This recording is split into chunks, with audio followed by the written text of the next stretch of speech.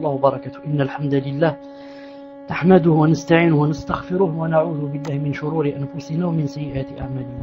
من يهده الله فلا مضل له ومن يضلله فلا هادي له، وأشهد أن لا إله إلا الله وحده لا شريك له عفوا، وأشهد أن محمدا صلى الله عليه وسلم عبده ورسوله. يا أيها الذين آمنوا اتقوا الله حق تقاته ولا تموتن إلا وأنتم مسلمون.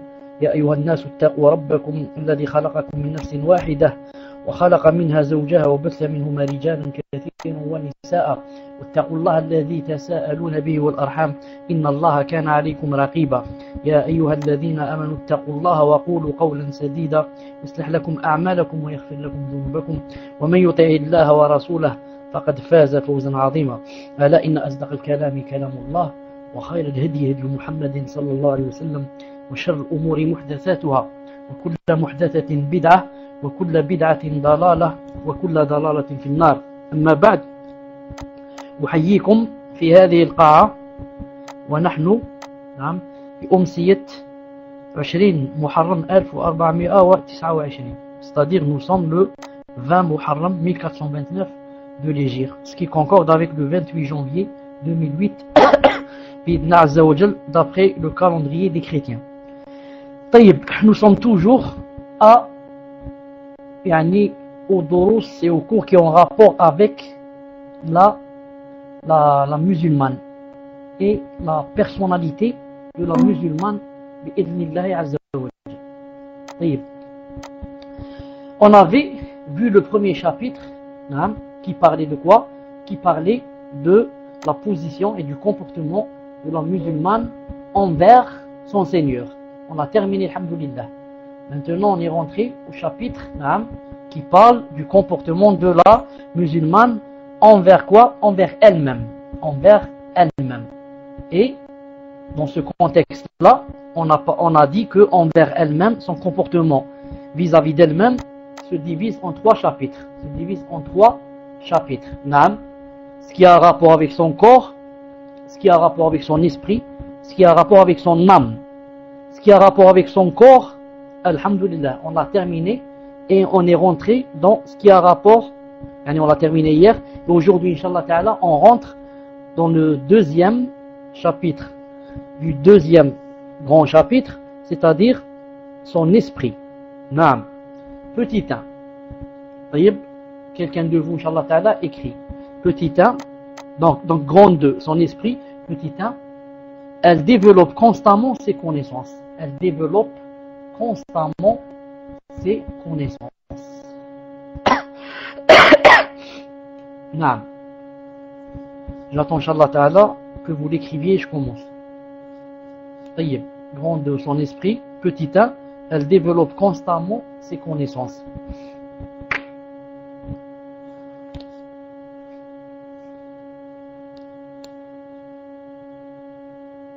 Jazakallahu khayran. Bismillahirrahmanirrahim.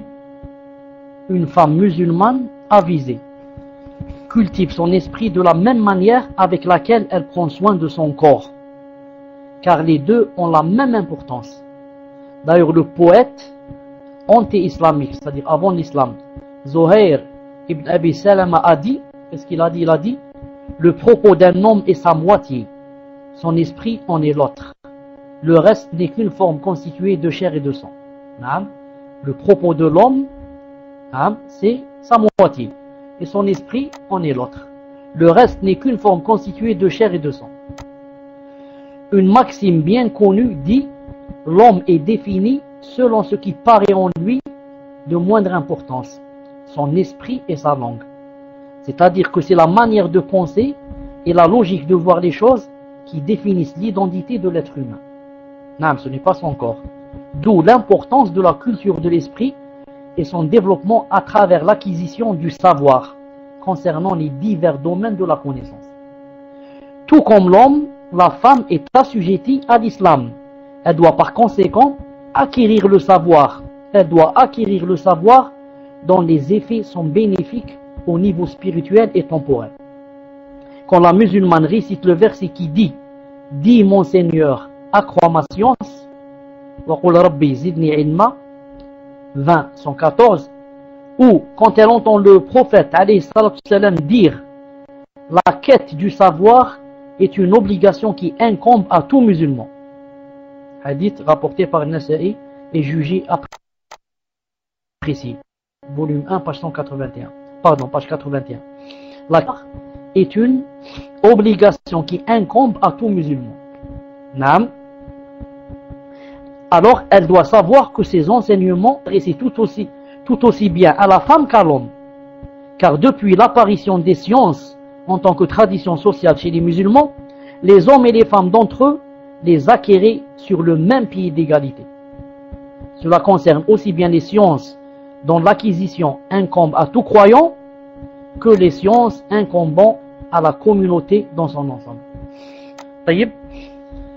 Ici, lorsque le prophète sallallahu alayhi wa sallam a dit la quête du savoir est une obligation qui incombe à tout musulman, je vous rappelle comme ça une petite parenthèse en passant que beaucoup de gens ajoutent à ce hadith, disent et toute musulmane. Le hadith qui comprend à sa fin toute musulmane est un hadith faible. Le vrai hadith du prophète sallallahu alayhi wa sallam s'est arrêté au mot tout musulman, c'est tout. Car dans le musulman rentre la musulmane. Ça veut dire, si on veut prouver à quelqu'un que la femme doit demander la science, on lui cite ce hadith. S'il dit où est la femme ici, on lui dit, il a dit à tout musulman. Et la femme n'est-elle pas un musulman? C'est un musulman elle aussi. C'est une musulmane. Donc, si on ajoute tout musulman, le hadith devient baïf. Ensuite, on a dit, cela concerne aussi bien les sciences dont l'acquisition incombe à tout croyant que les sciences incombant à la communauté dans son ensemble. Vous voyez, vous remarquez, il y a deux sortes de sciences. Il y a les sciences qui incombent à tout croyant. Chaque croyant a certaines matières dans les sciences qui lui sont obligatoires. Chaque croyant. Et il y a d'autres sciences qui ne sont pas obligatoires à chaque croyant, mais qui sont obligatoires à la communauté des croyants. Je donne un exemple. La aqida, apprendre la aqida, c'est une science incombant à tout croyant ou bien incombant à la communauté dans son ensemble? Non, c'est une science incombant à tout croyant. Tout croyant doit demander, apprendre, faire des efforts pour apprendre la aqida. Tout croyant, qu'il soit homme, qu'il soit femme, qu'il soit esclave, qu'il soit libre, tout croyant doit apprendre la aqida. Donc on va faire la différence entre les sciences qui incombent à tout croyant et les sciences qui incombent à la communauté. Disons, le wudu, les ablutions, ça incombe à qui? Ça incombe à tout croyant. Naam. La science des monstrues. La science des monstrues. Quand est-ce que la femme fait la prière, quand est-ce qu'elle fait pas, s'il y a les gouttes, est-ce qu'elle fait, ça s'arrête, elle fait pas. Ça incombe à toute femme. Naam, toute femme qui n'apprend pas la science des monstrues, elle sera questionnée demain. Pourquoi? Parce qu'elle va faire des fautes dans sa salate. Et elle va pas prier les jours où il faut prier. Et elle va prier les jours où il faut pas prier. Naam. Disons maintenant, quelqu'un qui a de l'argent, il faut qu'il apprenne la science de la zakat. Quelqu'un qui a des moutons, il apprend la science de la zakat des moutons. Quand est-ce qu'il fait sortir les moutons et combien il donne de moutons? Et comme ça, quelqu'un qui va aller au Hajj, il doit apprendre la science qui a rapport au Hajj. Maintenant, nous allons parler des sciences, ou de la science qui incombe à la communauté. Comme par exemple la médecine. Non, on ne peut pas, tout le monde va faire médecin, ce n'est pas possible. Mais si tout le monde dit, je ne fais pas médecin, alors tous on aura des péchés. Tous on aura des péchés. Et c'est pourquoi le gouverneur doit alors choisir. Il choisira deux forces. Toi, vous ferez médecin. Si personne ne veut faire. Personne ne veut étudier par exemple la médecine. Toi, vous allez apprendre la mécanique. Toi, vous allez apprendre l'agriculture. Et comme ça. Ce sont des choses, comment dirais-je, qui incombent à la communauté. Elles ne sont pas obligatoires pour chaque personne, mais sont obligatoires pour l'ensemble de la communauté. Dans les premiers temps de l'islam, la femme musulmane avait parfaitement assimilé l'importance du savoir.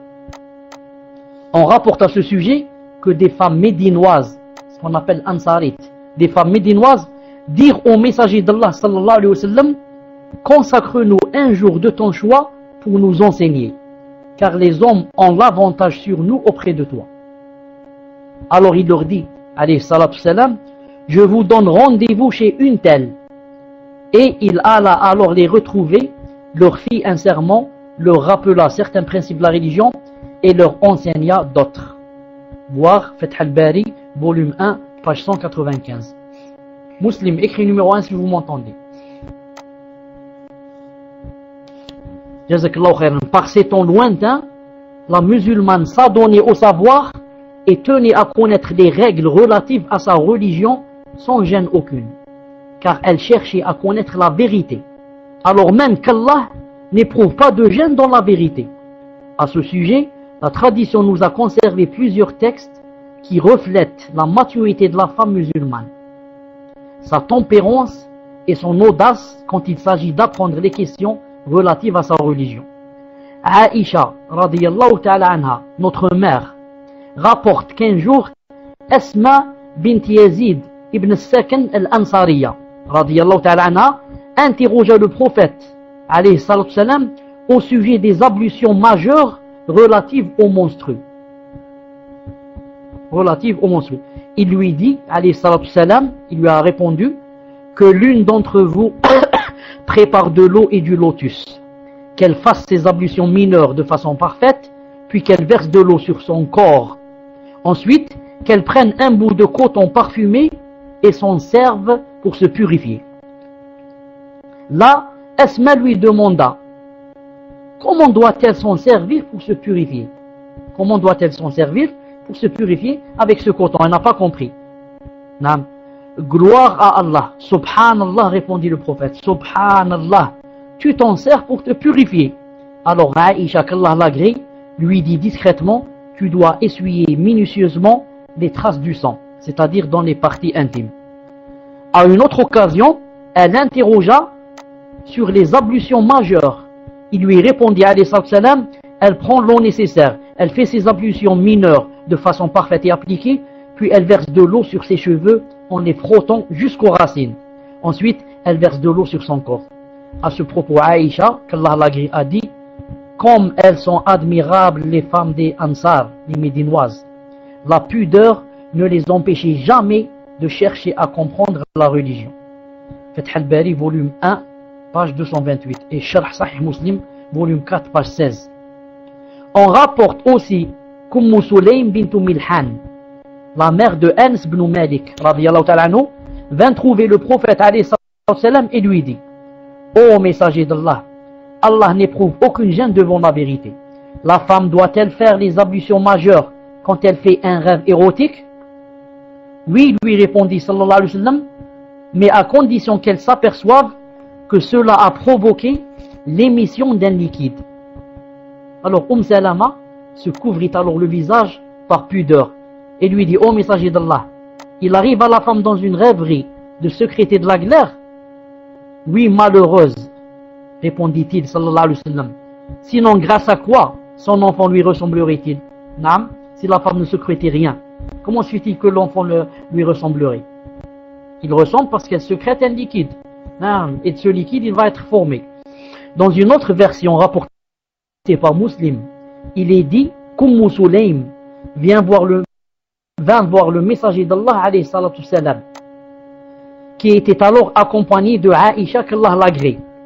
Et lorsqu'Umm Sulaym l'interrogea, Aïcha lui dit, ô Umm Sulaym malheureuse, tu as divulgué l'un des secrets des femmes, car elle lui avait demandé des choses qui ont rapport avec les choses intimes. C'est plutôt toi la malheureuse, lui répondit le prophète alayhi salam. Ô Umm Sulaym, qu'elle fasse ses ablutions majeures quand elle s'aperçoit de cela. Non, on lui avait posé la question sur les rêves érotiques. Et Aïcha a dit à Sulaym, tu as divulgué le secret des femmes. Non.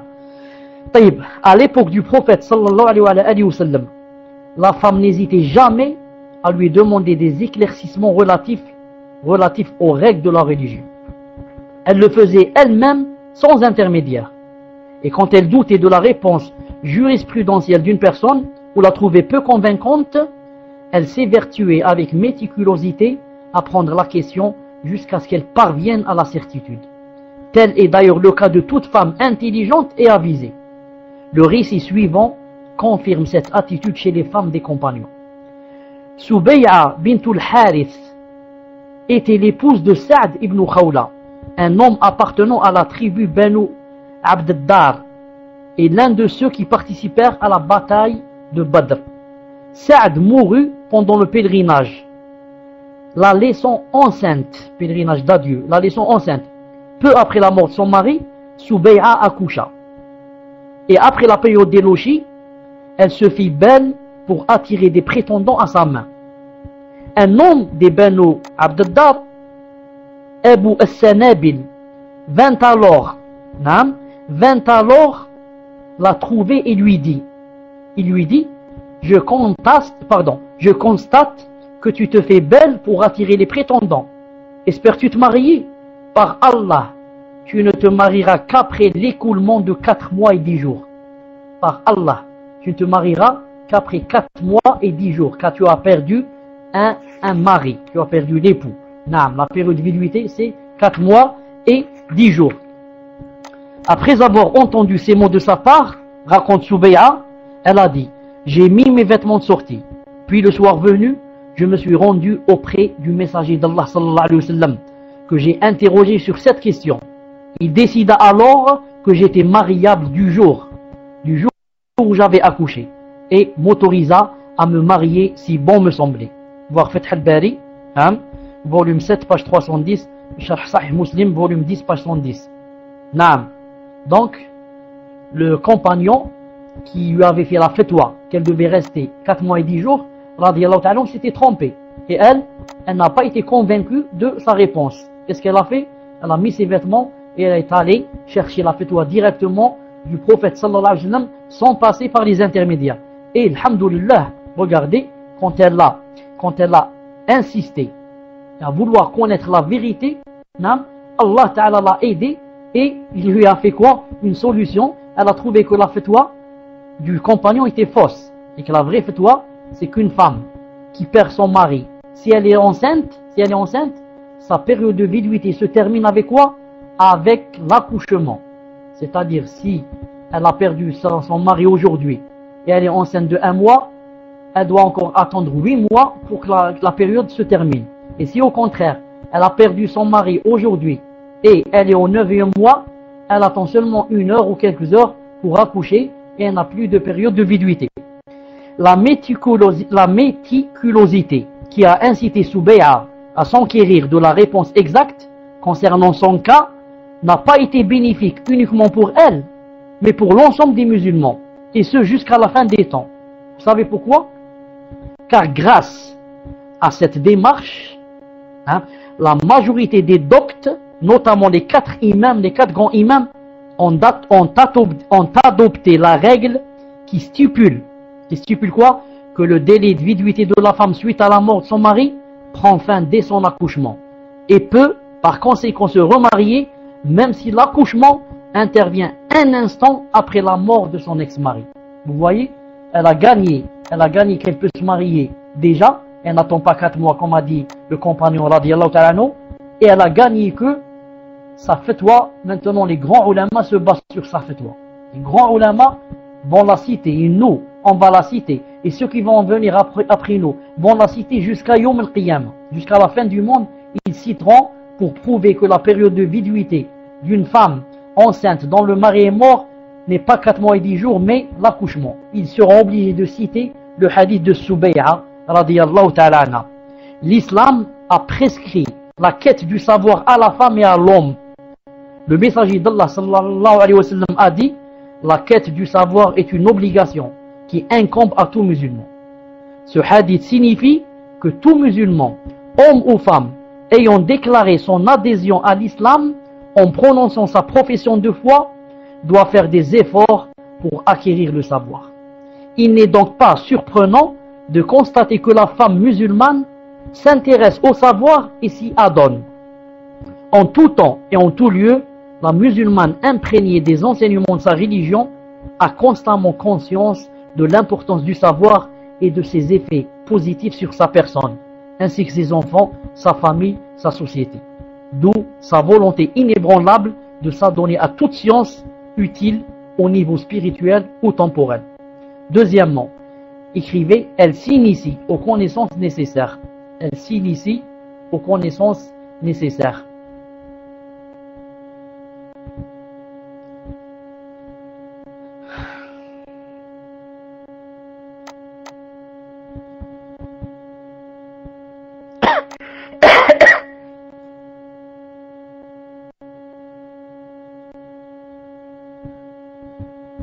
J'attends, Inch'Allah, en même temps pour savoir si je ne suis pas déconnecté.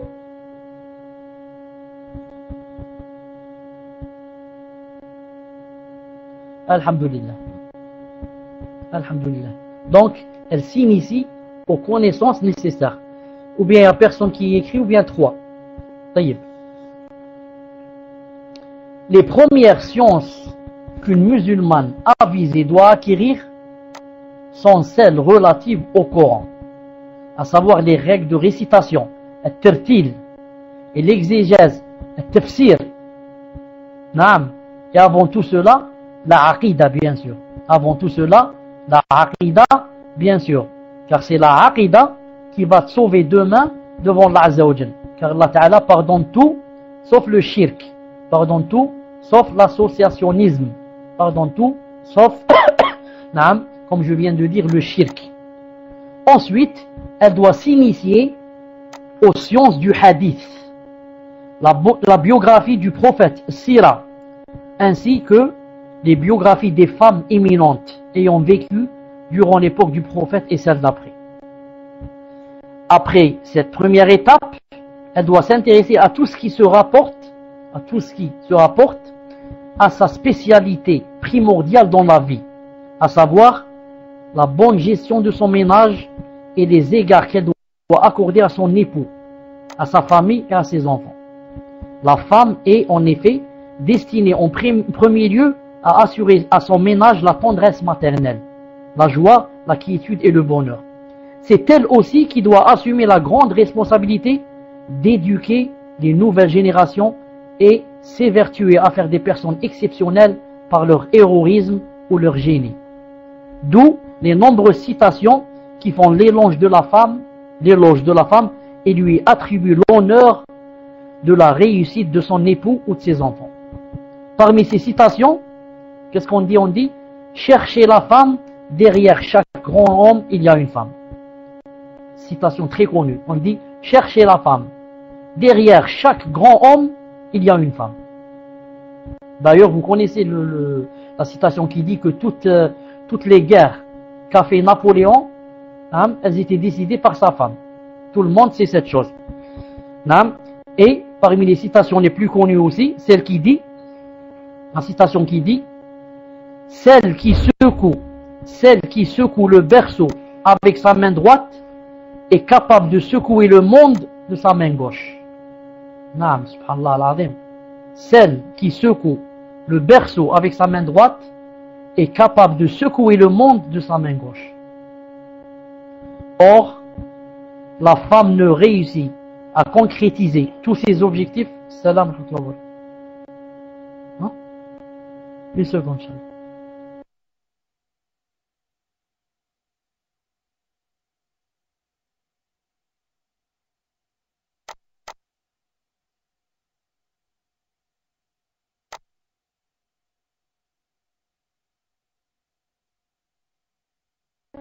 Salam alaykoum. Fi صوت.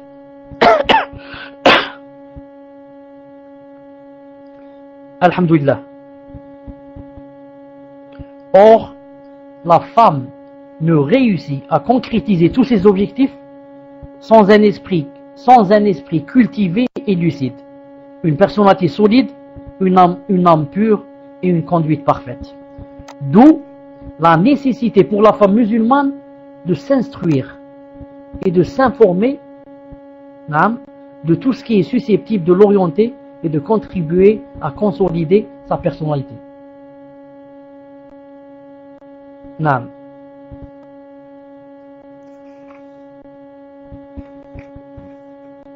Taïb Minhajul Haq corrige Inch'Allah, celle qui secoue le berceau de sa main gauche, Naam, est capable de secouer le monde de sa main droite. ou l'axe, celle qui secoue le berceau avec sa main droite, celle qui secoue le berceau avec sa main droite est capable de secouer le monde avec sa main gauche.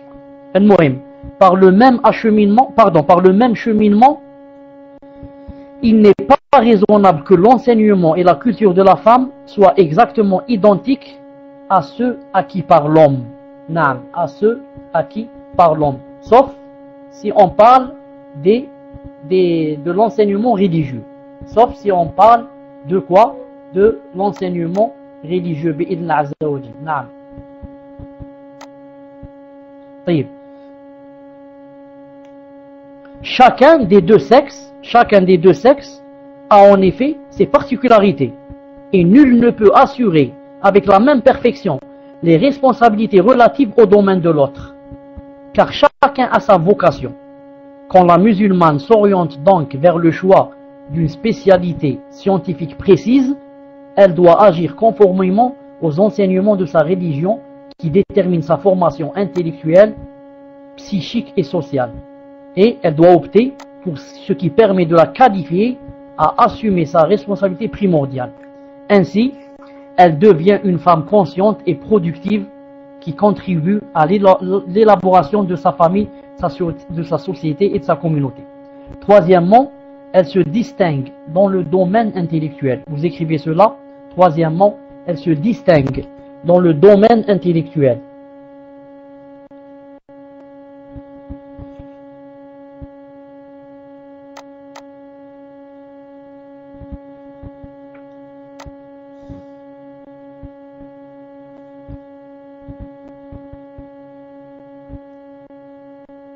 Alhamdulillah, elle se distingue dans le domaine intellectuel. Alhamdulillah. طيب.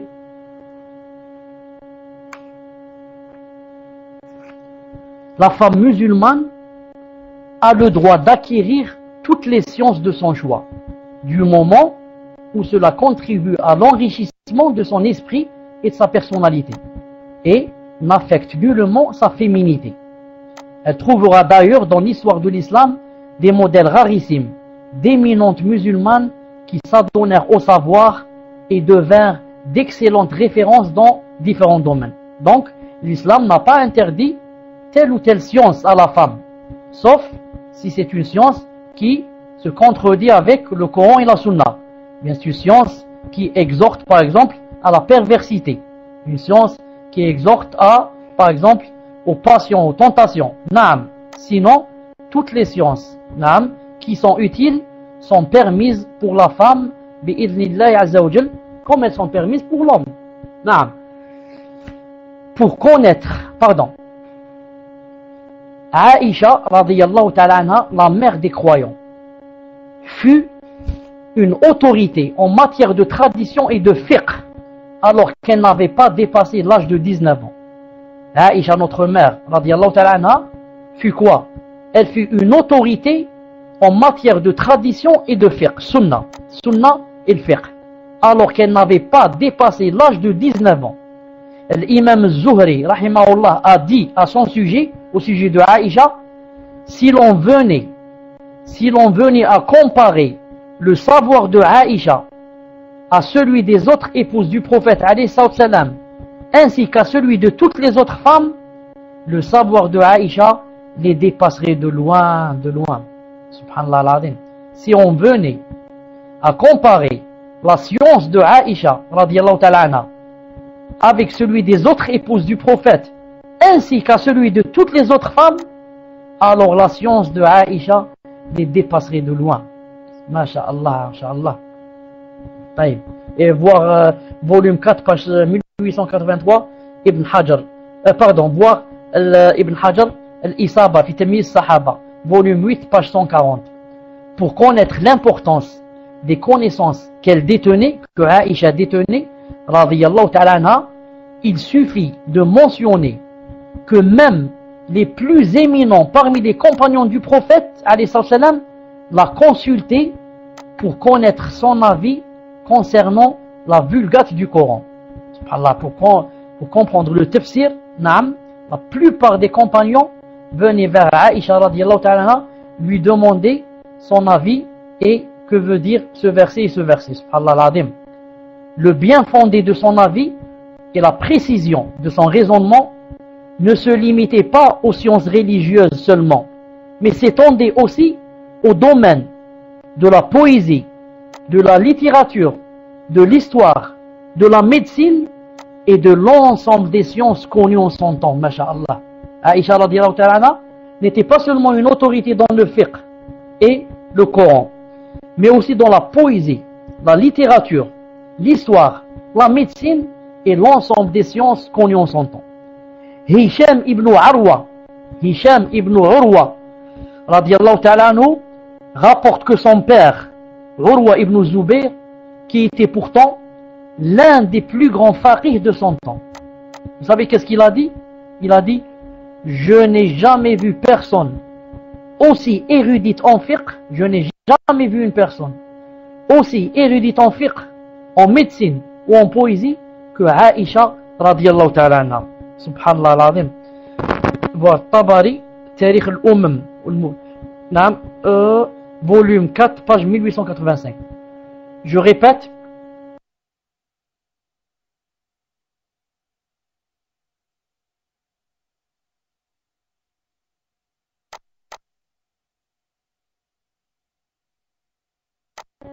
Je disais que Urwa ibn Zubayr radiyallahu ta'ala anhu, qui est pourtant l'un des plus grands faqih de son temps, qu'est-ce qu'il a dit?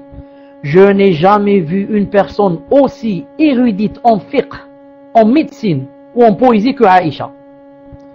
D'ailleurs, dans son Sahih, l'imam Muslim rapporte un récit qui reflète les connaissances linguistiques de Aïcha et son souci de respecter les règles de la langue arabe.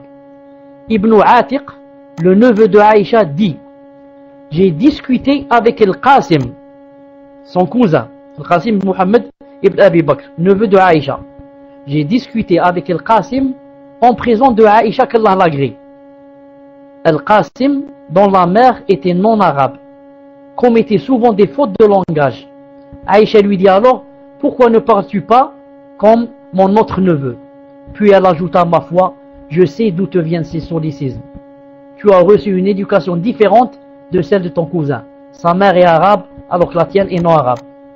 Les œuvres classiques consacrées à la littérature arabe citent une anecdote qui reflète le vaste savoir de Aïcha. On rapporte qu'un jour, Aïcha bintou Talha était présente dans la cour de Hisham ibn Abd al-Malik. Maintenant, je parle d'une deuxième Aïcha. Aïcha bintou Talha. Elle était où? Elle était présente dans quoi? Dans la cour de Hisham ibn Abd al-Malik, le gouverneur, qui réunissait aussi les notables de Banu Umayya. Alors, constatant qu'à chaque fois que l'assistance abordait un sujet relatif à l'histoire des Arabes ou à leur poésie, Aïcha bintou Talha y participait de façon abondante et qu'elle connaissait même les noms des astres. Alors Hisham lui dit: certes, Aïcha, je ne saurais contester tes connaissances sur le premier sujet, sur l'histoire des Arabes, sur la poésie. Cependant, dis-moi, de qui tiens-tu les connaissances concernant les astres? Elle répondit: de ma tante maternelle, Aïcha. De ma tante maternelle, Aïcha. Abu al-Faraj Isfahani, Al-Aghani, volume 10, page 57. C'est Aïcha qui m'a appris la science des astres. Aïcha radiyallahu ta'ala anha était une femme passionnée de savoir. Elle n'entendait pas un propos à faire qu'elle ne comprenait pas sans demander son explication pour mieux le saisir. Sa présence auprès du messager d'Allah contribua amplement à développer ses connaissances et faire d'elle une source inépuisable du savoir. Bukhari rapporte qu'Abu Mulaika a dit: Aïcha, l'épouse du prophète sallallahu alayhi wa sallam, n'entendait jamais une parole du prophète qu'elle ne comprenait pas sans lui demander de la lui expliquer. Ainsi, quand le prophète alayhi sallam a dit: celui qui aura des comptes à rendre sera châtié. Celui qui aura des comptes à rendre, c'est-à-dire demain devant Allah, sera châtié. Alors Aïcha lui dit: Allah exalté soit-il, n'a-t-il pas dit la reddition de compte facile lui sera? Ça veut dire, comment tu dis ça, ya Rasulallah, alors que Allah Ta'ala a dit la reddition de compte facile lui sera. Et le messager d'Allah lui répondit, ceci se rapporte uniquement à la comparution, à l'ard, mais celui dont la reddition de compte aura été rigoureusement discutée périra certainement. Naam. Donc vous voyez, subhanallah al-azim, tellement de science, masha'Allah, au point où elle veut corriger le prophète sallallahu alayhi wa sallam. Naam. Et veut le contredire avec d'autres versets. Contredire pour connaître la vérité, bien sûr.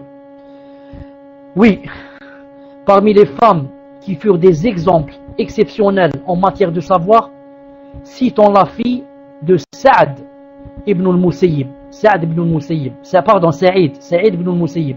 Qui ne connaît pas le grand tabi'i Sa'id ibn al-Musayyib qui a été tué par al-Hajjaj ibn Yusuf.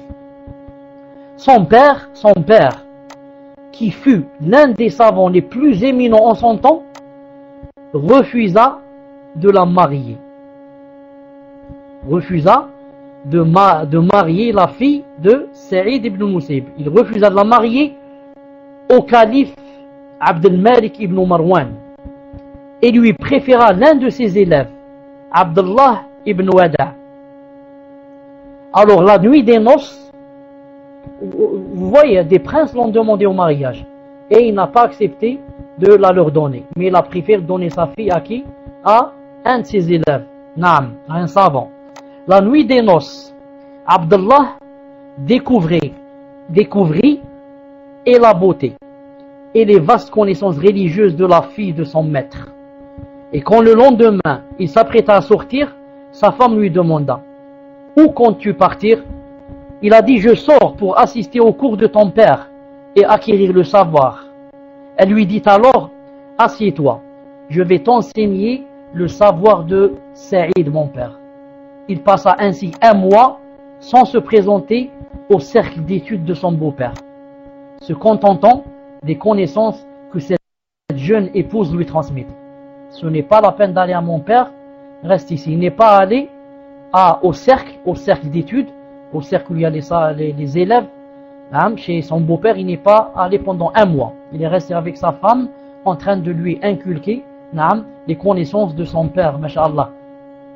Citons aussi le cas de Fatima bint al-Ala, Fatima bint Ala ad-Din Samarqandi, de son père, l'auteur de Tuhfat al-Fuqaha, un très très grand livre, très très connu, Tuhfat al-Fuqaha.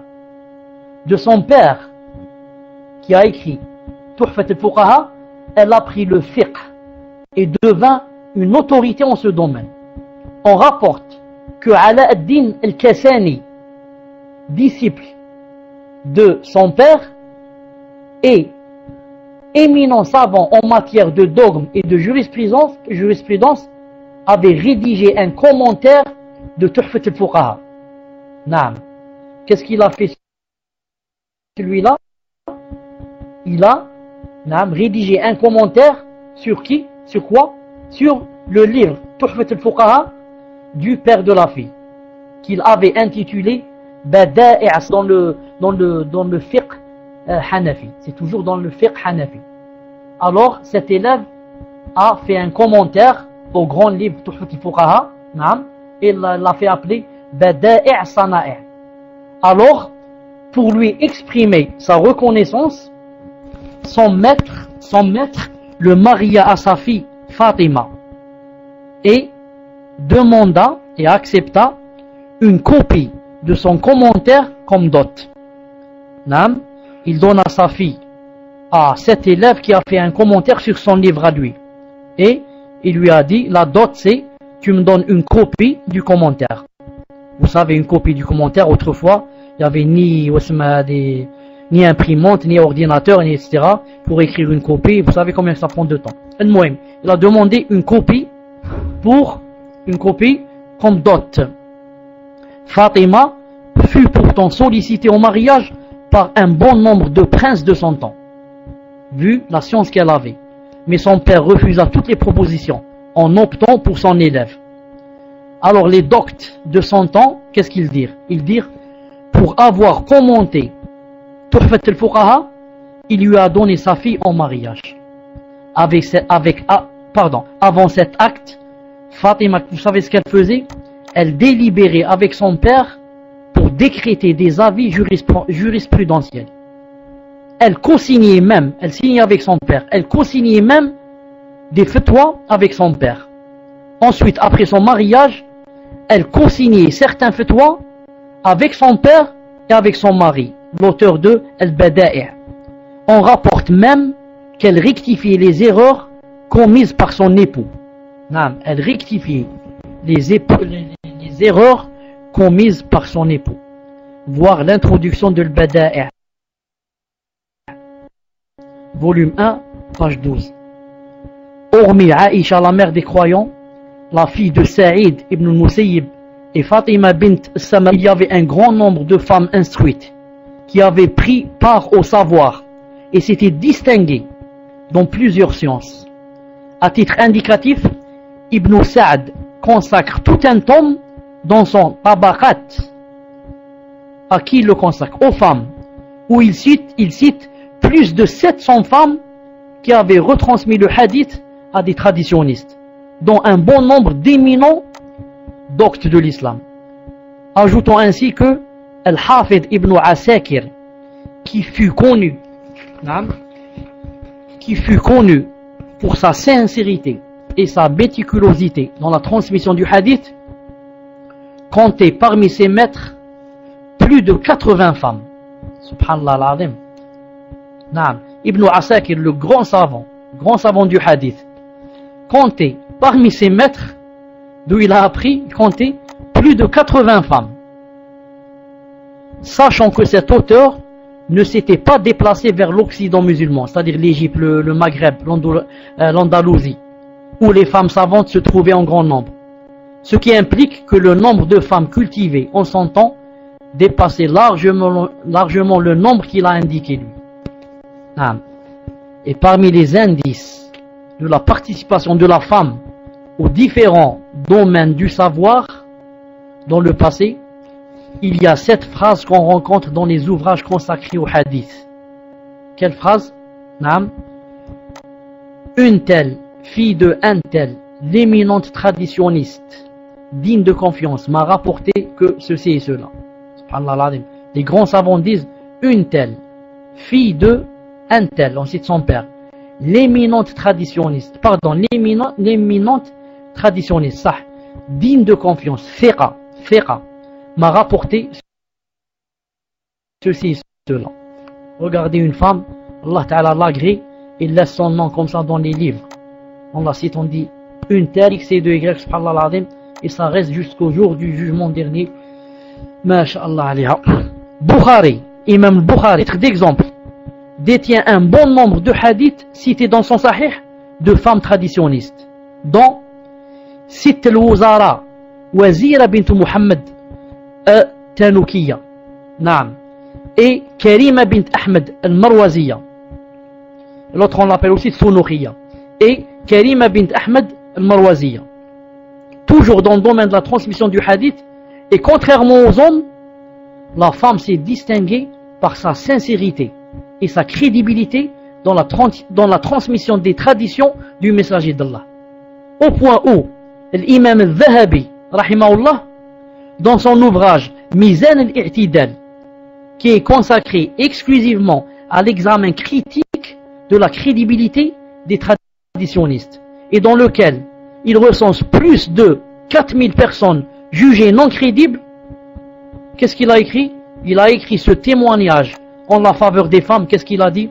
Je n'ai jamais connu de femme jugée non crédible ou dont un hadith transmis par ses soins a été abandonné. Subhanallah al-Azim.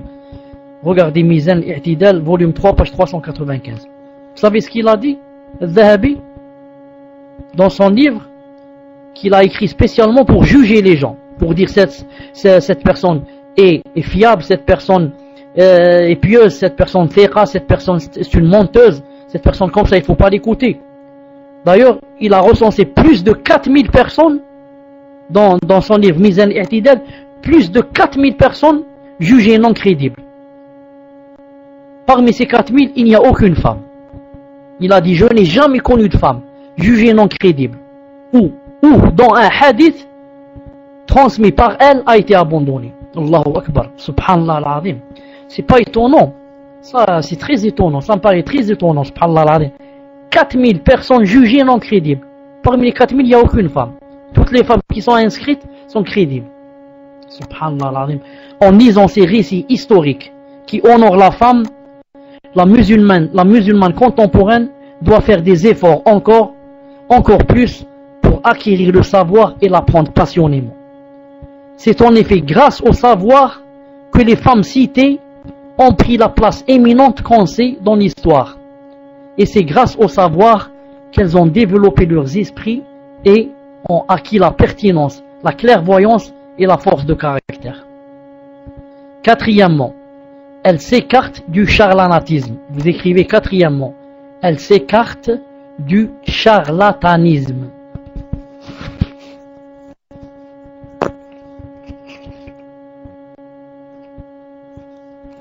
On va terminer, Inch'Allah, il reste quatrièmement et cinquièmement, c'est tout. Quatrièmement et cinquièmement, c'est tout.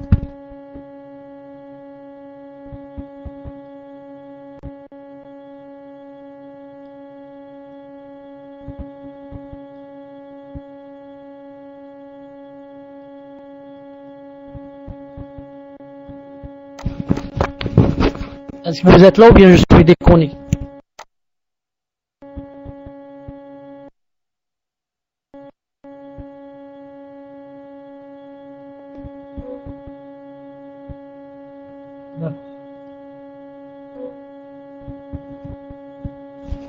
D'accord, je vois maintenant.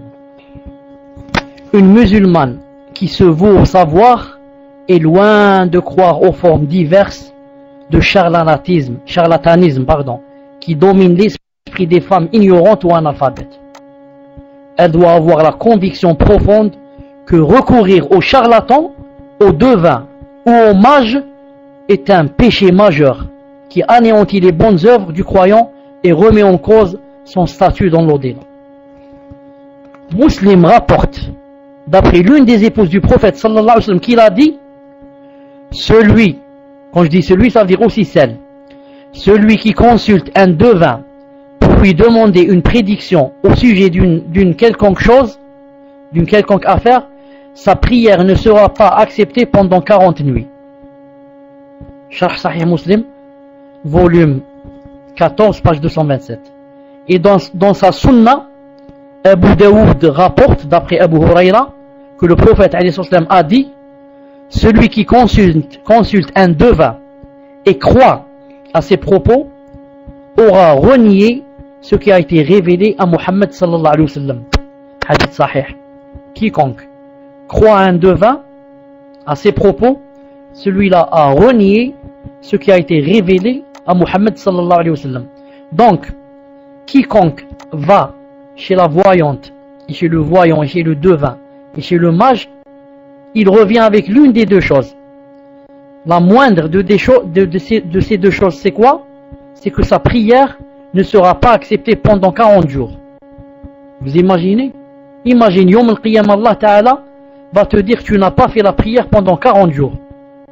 Certains ulama disent, quiconque ne fait pas une seule prière pendant une fois, ne fait pas une seule prière, il est devenu kafir. Naam. Et de cela, il y a par exemple l'imam Najmi qui dit ça. Je disais que, imagine maintenant 40 jours quelqu'un n'a pas voulu faire la prière. Ça c'est quand? C'est lorsqu'il va chez un devin et ne le croit pas.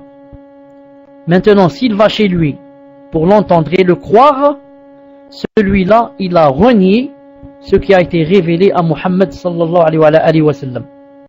Naam. Et franchement, naam, la personne qui va chez le mage et le devin, c'est une personne, naam, qui doit revoir sa foi. Naam, doit revoir sa foi et consulter, naam, deuxième fois, naam, car vraiment, sa foi est faible, vraiment faible. Naam. Et ce sujet, je le laisse de côté. on en reparlera au moment opportun, Inch'Allah Ta'ala.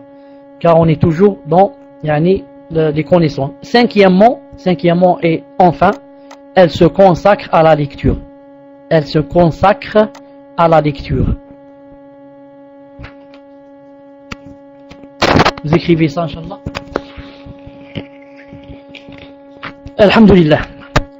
Les tâches ménagères et les responsabilités maternelles ne doivent pas empêcher la musulmane de lire, car c'est une pratique qui contribue à l'enrichissement de sa culture et à l'élargissement de ses connaissances et au développement de ses facultés intellectuelles. Une musulmane qui a su que la quête du savoir est une obligation, qui est un combat tout musulman et toute musulmane, ne saurait abandonner la lecture. En dépit de ses occupations, elle doit profiter de certains moments et les consacrer à la lecture d'un livre ou d'une revue dont le contenu est sain et utile. Afin d'élargir ses perspectives intellectuelles et développer ses acquisitions culturelles, il lui est préférable de diversifier ses lectures et de s'intéresser aux différents domaines du savoir. Naam. Il faut faire, Inch'Allah Ta'ala, le possible, je dis ça à tout talibul ilm et à toute talibatul ilm. Naam. D'essayer de, comment on dit ça, si je puis dire, naam, au maximum d'avoir des connaissances dans plusieurs domaines, si je peux. Naam. Ne pas m'arrêter dans une seule chose. Ensuite, dans d'autres domaines, je ne sais pas parler. Mais je préfère avoir élargir mes connaissances et les diversifier pour que je puisse parler dans chaque domaine avec ce que je peux. Bi'idhnillahi azza wa jal. Naam. Maintenant, on a terminé quoi? On a terminé son corps, on a terminé son esprit. Grand 3, chapitre grand 3, on ne va pas le commencer aujourd'hui pour que vous le sachiez aussi. Il parle de son âme. Il parle de l'âme de la musulmane. L'âme de la musulmane. Attendez une seconde, je vais vous lire qu'est-ce qu'il y a dans l'âme. Je ne sais pas qu'est-ce qu'il y a dans l'âme de la musulmane. De quoi va-t-il parler, Inch'Allah Ta'ala, ici? Ça comporte 3 choses, c'est tout. 1. Elle s'adonne aux pratiques cultuelles et purifie son âme. 2. Elle fréquente des femmes vertueuses et assiste aux assemblées des croyants. 3. Elle prononce assidûment les traditionnelles évocations. Elle fait l'adhkar. Naam. Ce grand chapitre, Inch'Allah Ta'ala, je le laisserai pour bientôt. Je vous rappelle aussi que le prochain dars, c'est quoi? Dans la femme musulmane, bien sûr, Inch'Allah, c'est comment demander la science et chez qui. Naam. Maintenant, on a fait une exhortation en ce qui concerne que la musulmane doit demander la science. Akhlas, alhamdulillah, j'ai quelque chose dans mon cœur maintenant qui me pousse à demander la science.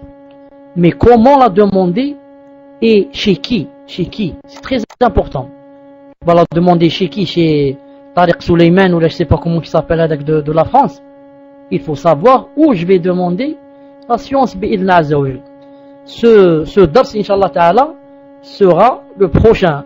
Naam Muslim, comment il s'appelle avec Tariq? Ce sera, Inch'Allah Ta'ala, le prochain dars bi'idhnillahi azza wa jal. Taïb, Tariq Ramadan, pardon. Coran et Sunna, mais le Coran, Inch'Allah Ta'ala, je vous donne rendez-vous, Inch'Allah Ta'ala, dans 5 minutes, bi'idhnillah azza wa jal. والسلام سبحانك اللهم وبحمدك أشهد أن لا إله إلا أنت أستغفرك وأتوب إليك. السلام عليكم ورحمة الله. تفضل مسلم.